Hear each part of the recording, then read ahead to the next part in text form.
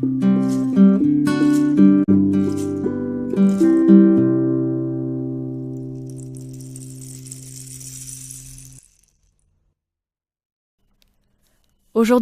on va vous parler de notre passage en Drôme.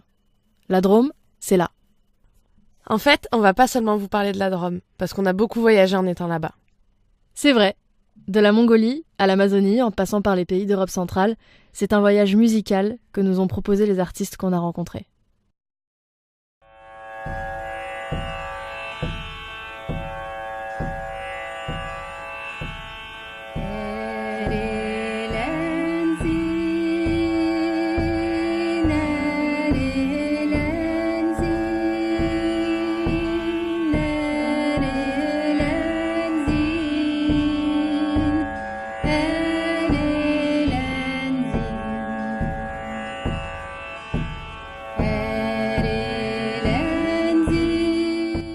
On a d'abord rencontré Ghislaine, qui a commencé son parcours en tant que chanteuse de bal populaire et qui a ensuite décidé de faire du chant autrement en lui donnant une dimension plus thérapeutique et un peu plus spirituelle. Du coup, elle a suivi 10 ans d'enseignement pendant lesquels elle a appris des techniques de soins ancestrales et surtout des chants sacrés traditionnels de différentes communautés du monde.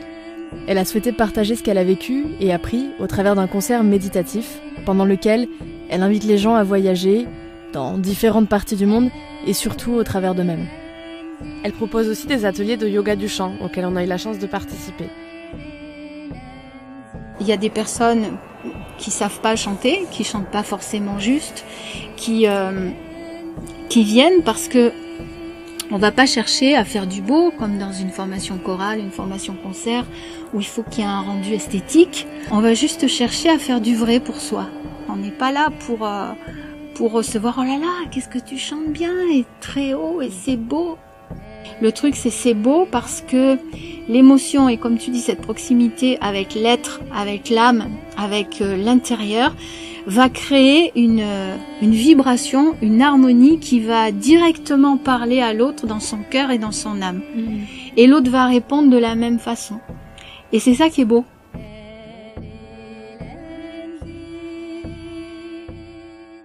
En Drôme, et plus précisément à Dieulefit, on a aussi rencontré un groupe de musique klezmer qui s'appelle Ganef.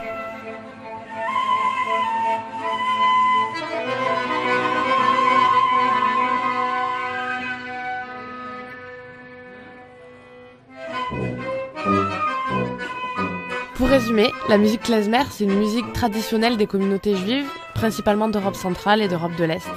C'est une musique qui a plein d'influences différentes et qui a beaucoup évolué.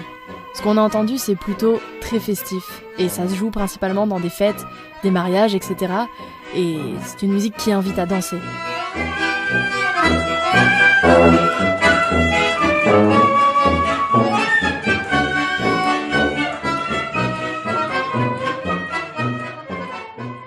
Finalement, il y a un milieu klezmer assez vivant. Ça concerne pas beaucoup de gens, mais il y a des gens un peu partout en Europe et aux États-Unis, principalement, qui jouent ces trucs-là. Il y en a même au Japon, c'est assez marrant.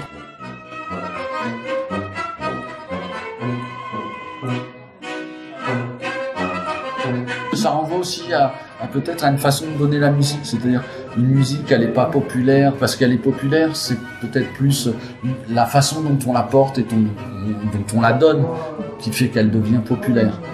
Voilà, on peut faire de la musique classique et de la jouer d'une façon populaire, c'est-à-dire une façon de l'offrir, une ouverture, varier les publics, les milieux, etc.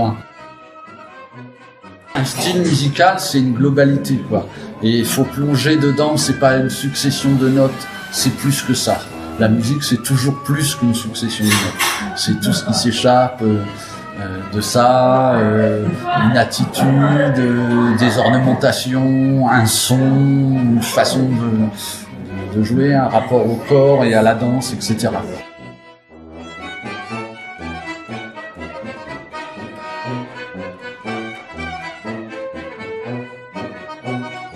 On n'a pas juste voyagé en Drôme, on a aussi rencontré des gens qui ont un autre lien avec la musique. Des organisateurs, des bénévoles, bref, les personnes qui font partie des dessous du spectacle. Mais pour découvrir cette partie-là, il faudra attendre le documentaire.